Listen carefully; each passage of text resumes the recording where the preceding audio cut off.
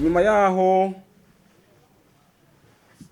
ikigo c'abigisha FLE gitanguje umugambi wo gushinga microfinance shasha igenewe abarimu, hari ibihuha vyinshi biriko biravugwa.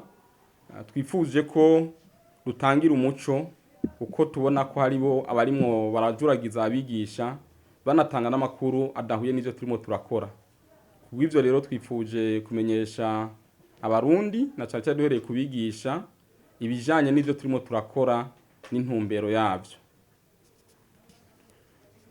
Ikigo kijejwe uburaro bw'abigisha cabonetse mu mwaka wa 2022 inyuma y'ibiganiro vyabaye hagati ya leta n'amasendika y'abigisha, aho hahavuye haboneka amasezerano yasinywe ku itariki 4 z'ukwezi kw'indwi mwaka wa 2022.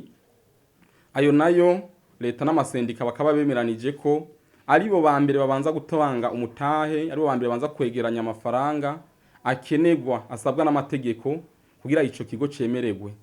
Ayo nayo rero amaze gutangwa, abigisha bahavuye basabwa ku bugombe bwabo kwinjira muri ico kigo kugira bashobore koroherezwa kuronswa ideni ryo kubaka, baniyemeza gutanga n'amafaranga yo kugwatiriza amadeni bazotora ajanye n'uburaro. Ibijanye rero n'ingene iki kigo cagiye kiratera intambwe, vyamye misi yose vyumvikanwa ko hagati ya leta n'amasendika nkuko vyari mu masezerano basezeranye mu mwaka wa 2022. Birimwe birakorwa rero muri iyi misi, ntivyiyadukije, nibije bishira mu ngiro amategeko igihugu cadushiriyeho, na cane cane amategeko ari mwibwirizwa inimero 1 agakwego 12 ryo kwa 28 kwezi kwa gatandatu mwaka 2017 rigenga ibijanye n'amasosiyete cooperative. Tukaba turisunga kandi n'izindi ntumbero zitandukanye twagiye turahabwa n'ubujejwe gukurikirana ibijanye no kugurana n'amafaranga mu gihugu ariwe Banki Nkuru ya Republika. Fondation rero cyo twokwita ikigo kimaze imyaka shika ku 15 kirimo kirakora, ntabwo kirimo kirugagwa, ntabwo kirimo kirasamburwa nkuko bamwe bavyumva, nkuko abandi bavyifuza, nkuko babivuga. Barimo baragerageza kujuragiza abanwanyi, ahubwo ubujya fondation yashinze ikindi kintu gishasha. Fondation ntabwo yugaye, izoguma ikora ibikorwa vyayo, ariko mu byo yahora ijejwe ikuyemwo igikorwa kijanye no gutanga amadeni no kuyarondera kugira kigende gukorwa n'urwego rugenzurwa ni Banki Nkuru ya Republika y'u Burundi.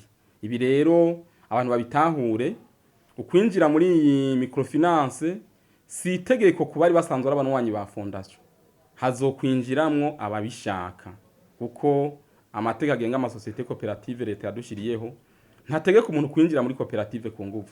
Iyi microfinance ni societe cooperative, uzoyinjiramwo n'uwo muntu wese w'umwigisha avyifuza ku bugombe bwiwe, yemeye kuzuza fiche yagenewe kwinjira, akemera no gutanga umutahe usabwa. Nkuko kandi rero kwinjira muri microfinance ndetse no muri fondation atagahato kajamwo, niko no mukuvamwo uburenganzira buhari. Igikuru nuko we sunga amategeko dusanzwe twarumvikanye ko twishiriyeho twebwe nyene mu nama zabo bose zagiye ziraba kuva iyi fondation ivuka. Nta muntu numwe rero ategekwa kwinjira muri fondation ku nguvu, nta muntu numwe ategekwa kwinjira muri microfinance ku nguvu. Hagenda uwumva yifuza kuziganiriza uburaro bwiza nakazoza keza k'umuryango wiwe. Kuva rero iyo fondation ivutse, nta na rimwe irigera itoza imitahe. N'amategeko ahari mu gihugu nta fondation nimwe irekuriwe gutoza ico twita imitahe. Amafaranga yose yagiye aratozwa kuva iyo fondation itangiye gukora n'amafaranga yo kuziganiriza uburaro bita épargne logement mu rurimi rw'igifaransa. Abayatanze rero ayo mafaranga yabo yose ntaho yagiye arabitse neza, ni ingwati y'amadeni twabasabiye kuva fondation ibayeho. Ayo rero bayarekuriwe kuyaronka ari uko baheje kuriha amadeni yose twabasabiye. Ayo batanze yaranongerejwe ko n'ayandi leta yaduterereye yagiye irashigikira umugambi wo gufasha abari mu kuronka uburaro, na leta yo yashizemwe nayo nyene azofatwa co kimwe n'ay'abanywanyi bamaze gutanga mu kuziganiriza uburaro, ni nayo ari ingwate y'amadeni arenga imiliyoni 100 twashoboye gusabira abarimu muri iyi myaka irenga 15 tumaze fondation rimwe irakora ku mugaragaro. Twisunze ingingo ya 50 y'itegeko rya BRB riraba ibijanye n'ibikorwa mu microfinance arangura, twotanga umuco tukabamenyesha ko umutahe w'ibanze wo gushinga microfinance utavuye muri fondation, ni ikintu gishasha gishinzwe. Umutahe w'ibanze watanzwe na leta, watanzwe n'amasendika, watanzwe n'abarimu bavyifuza, utanzwe n'ikigo Frais Fondation.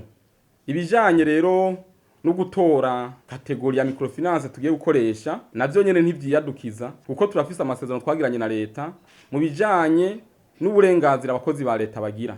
Twisunze itegeko rigenga abakozi ba leta n'akazi, havugwamwo ko leta ibwirizwa gushigikira abakozi ikoresha kuronka uburenganzira bwo kuronka ideni rya mbere ribafasha kuronka uburaro. Ntitwifuza ko duhindura ku ntumbero y'ivyo twatanguye gukora. Twifuza ko ibijanye no gutanga amadeni yo kuronka uburaro bwiza bibandanya, muko ntibandanye bikorwa na fondation. Fondation ibandanye ikora ibindi, microfinance ya fondation nayo igende gukora ibi bijanye no gutanga ingurane yo kuronka uburaro. Twahavuye duhuriza kuri microfinance yo mu rugero rwa gatatu, kuko niyo ikora ibisa n'ivyo fondation yiyemeje gukora, nivyo ikora ibiri mu masezerano twagiraniye na leta. Mu ntumbero ya leta, mu ntumbero y'amasendika, twifuza ko dufasha umugwi munini w'abarimu bavyifuza atagahato kagiyemwo. Buri munwanyi afise ijwi ringana n'uwundi, nta usumvya uwundi.